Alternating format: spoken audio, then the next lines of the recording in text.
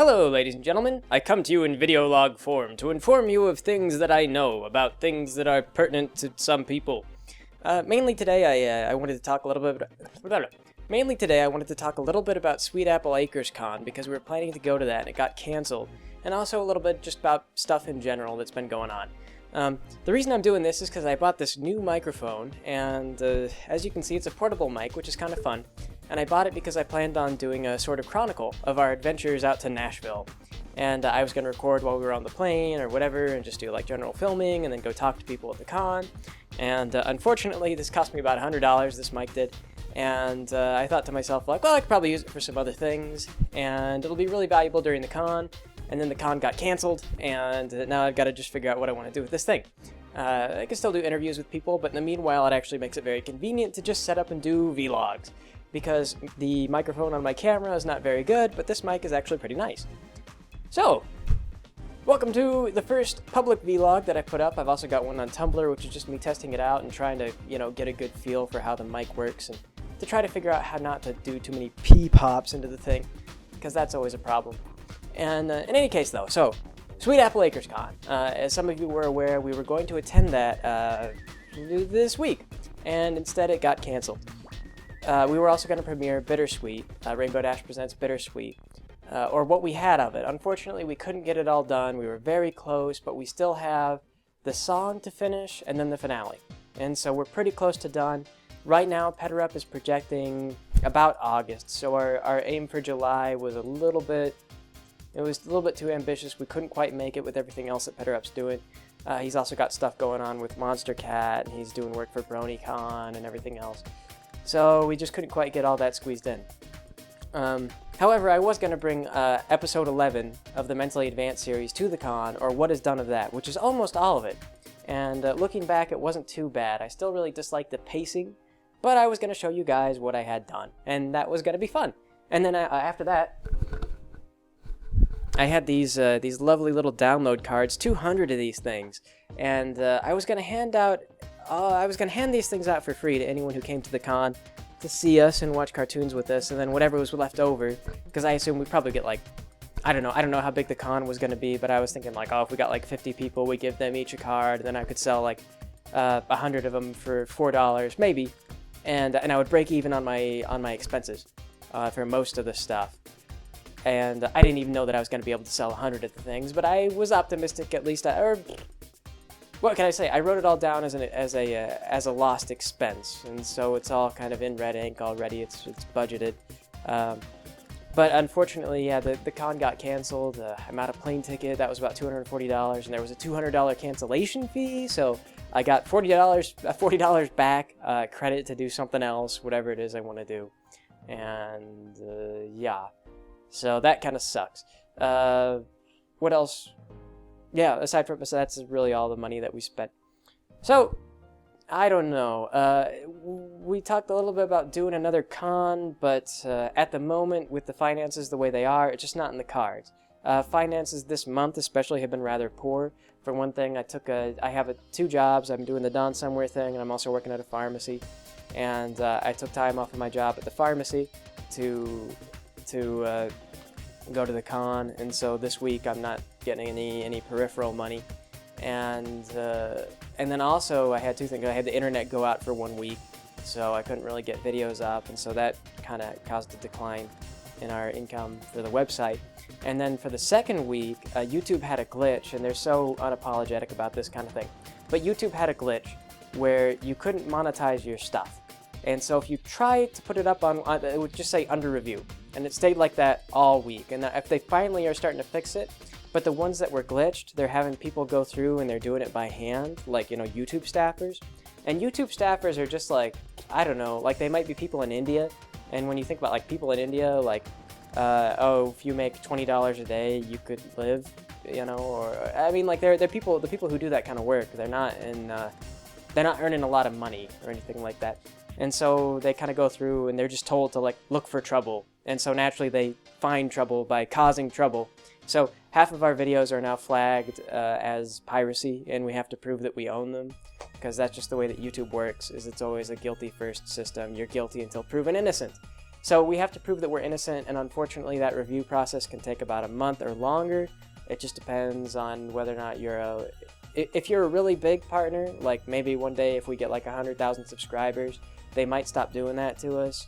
But I don't know how big you have to get before YouTube stops harassing you.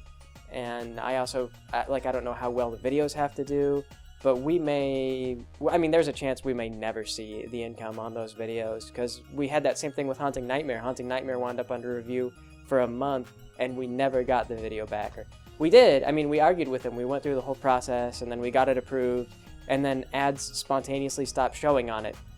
And I sent them like a glitch report, and I was like, we're monetized, but there's no ads. And then they just sent me back a thing, and they were like, we retain the right to do whatever we want with your videos. And I said, oh, well, okay. So we make no income from Haunting Nightmare, which is really disappointing because it's like our second or third most popular video every single month. So YouTube, yes, if you ever thought about going into a career on YouTube, I caution against it, because unless you can build up a really good fan base, like in your meantime, as you're going along, like just for fun, it's really not a very good... YouTube's not a very good employer, is the best way to put it. Their system is not contributor friendly. In fact, they kill and drive off a lot of contributors really early on. We've been lucky to not get killed so far. Like I say, we could have wound up like Friendship is Witchcraft, who had their videos left up because they didn't want to close them down for the European audience, who could still see their videos. And they were, within the bounds of the law to make parodies and whatnot. That's all covered under US copyright law. But there was no refuting the claims that Hasbro made over their videos, because that's just how YouTube works. Whoever has the most money wins the claims.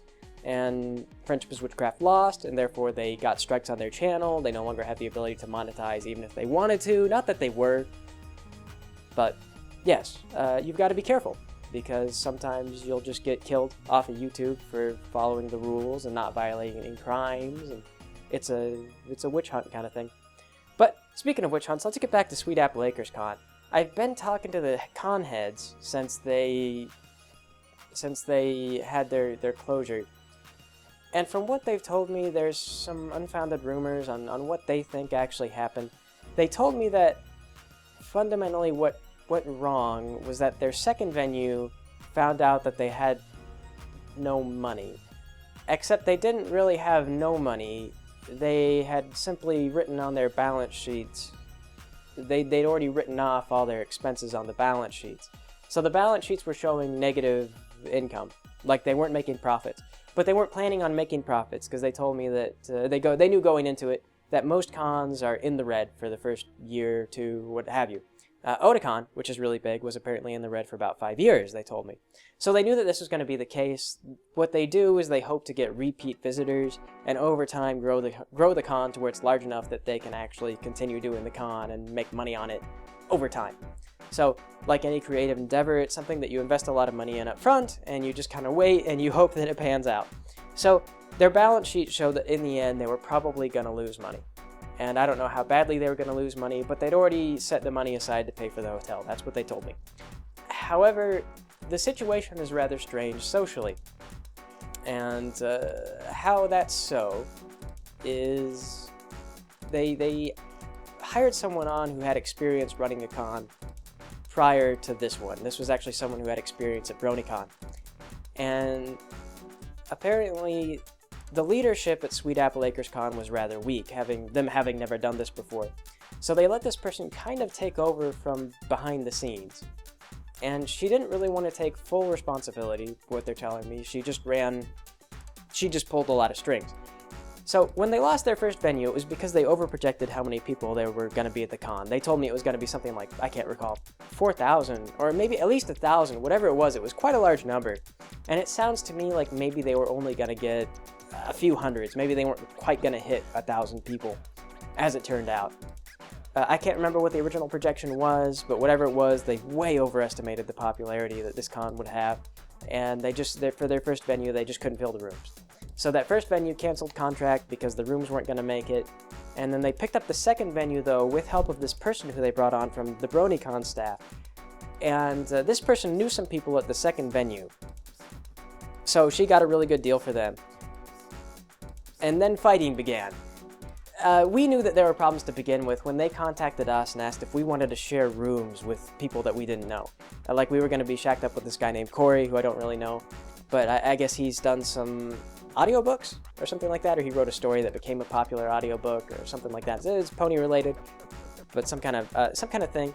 And so they were going to have him share a room with us, and they asked, they said, is that okay? And at the time, we were already sharing 3 to a room. It was going to be Alan, Petterup, and myself. And I was just going to sleep on the floor, because I didn't really want to cuddle with the guys. And when it comes to that kind of thing, when you're like, I don't want to cuddle, like, I don't want to share a bed, it's not really very ethical, I think, to make the other guys go lay down on the floor. Like, if you're the one who's got a problem with it, you've got to be the one who sleeps on the floor. So it was my plan to sleep on the floor. So I told him, I'm already going to sleep on the floor, so I don't know, I guess that's fine, as long as he doesn't hog the bathroom. And but Petterup didn't want to cuddle, and so he goes no.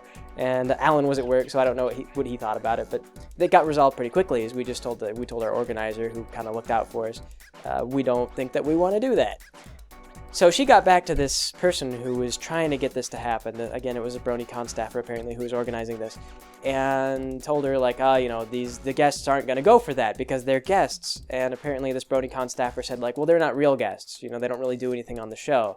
The real guests are the guys like Lee Tokar and Michelle Krieber who are coming to see us.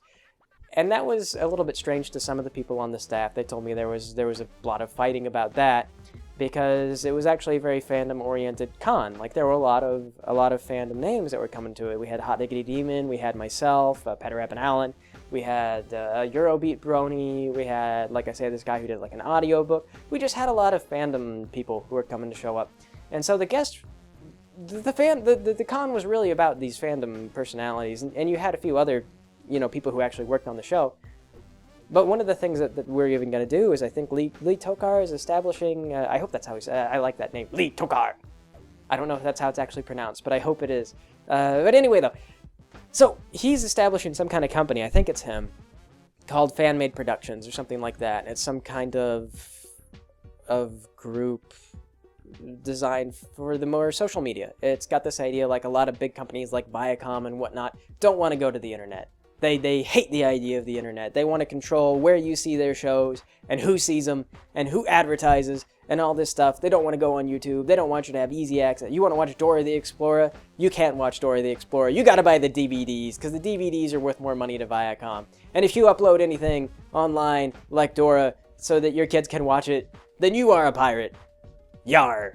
And yeah, so this was an attempt to make an entertainment company that would hopefully take off by investing in places that some of the larger companies are taking no interest in or are trying to fight. And I can tell you it's an uphill battle, because fighting big companies like Viacom is very difficult, and they really do want to kill off places like YouTube, which is why they've been suing YouTube for the past however many years. I don't know if they ever finally did resolve that, but one of the things that they resolved is like, we would sure like to have a more agreeable copyright situation. And of course YouTube's response to that was the Content ID, which allows mass piracy and fraudulent copyright claims by anyone with enough money to upload to Content ID. It's such a mess. But yeah, so I was kind of looking forward to meeting Lee Tokar, because I hear he's a really nice guy, and also too, like I said, he was starting this company thing, and I was kind of interested in hearing more about it.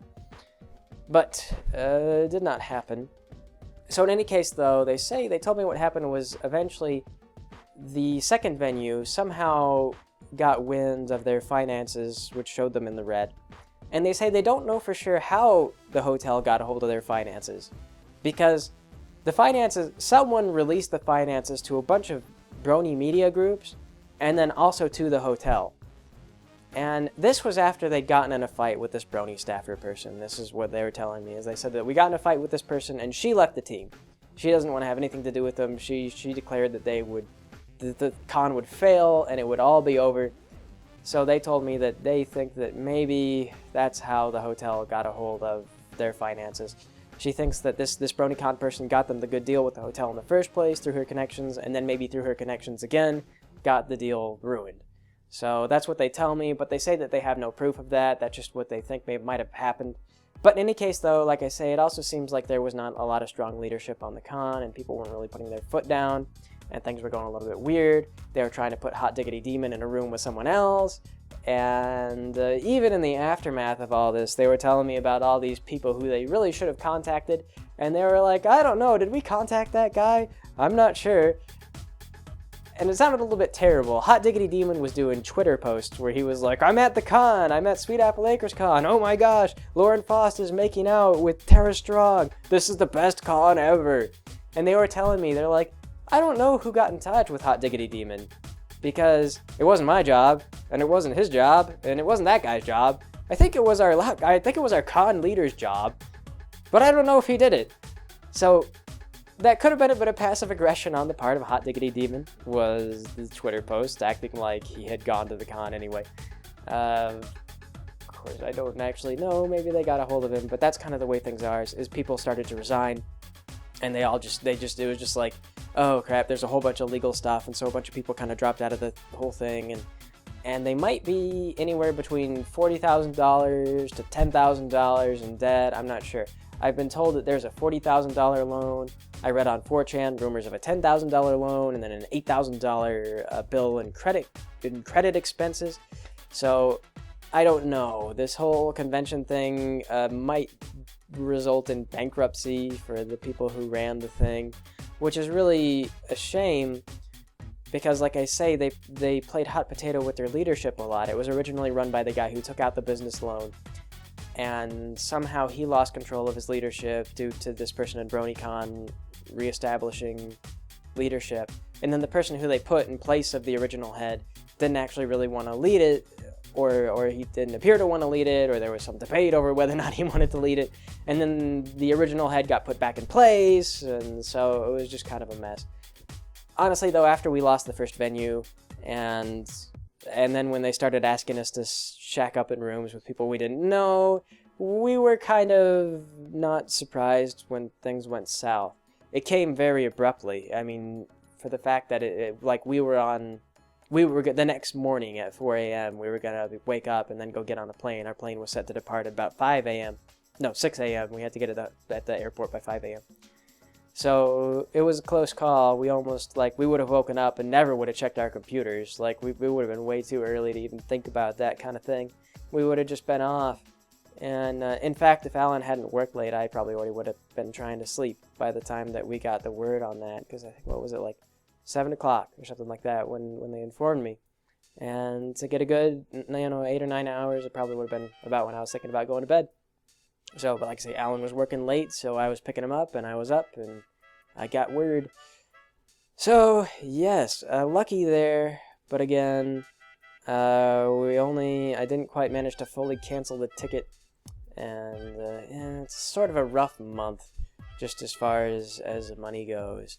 But the good news is that Down Somewhere in general is picking up, or at least I hope we are. It's hard to say.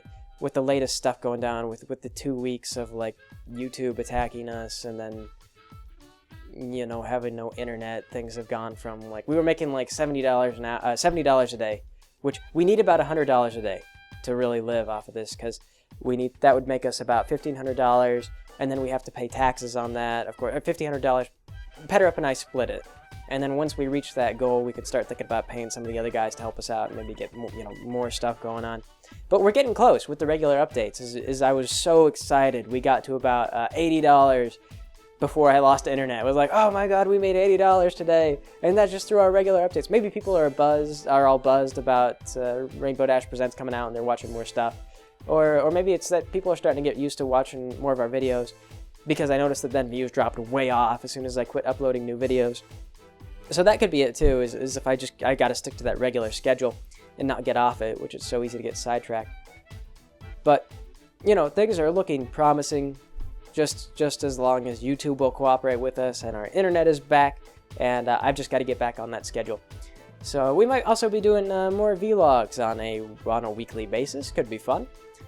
But we'll see. It just depends on how reaction goes. Also, we'll continue on with the royalty-free music stuff. The only problem with that, too, is that almost every single one of those so far has been flagged by YouTube, and they are accusing me of piracy on all the ones that are online so far. I don't know why they're doing that, but I guess that they probably don't like it that I forbid the use of the Content ID system, because prior to the existence of the Content ID system, they didn't think it would be possible to build it. So I imagine that they put a lot of work into the thing. And it doesn't do what it's supposed to. It's not a very it's like not useful software. It does a lot of harm, but it's extraordinary that they built it, so they really don't want people to not use it on the basis that it is functionally damaging software.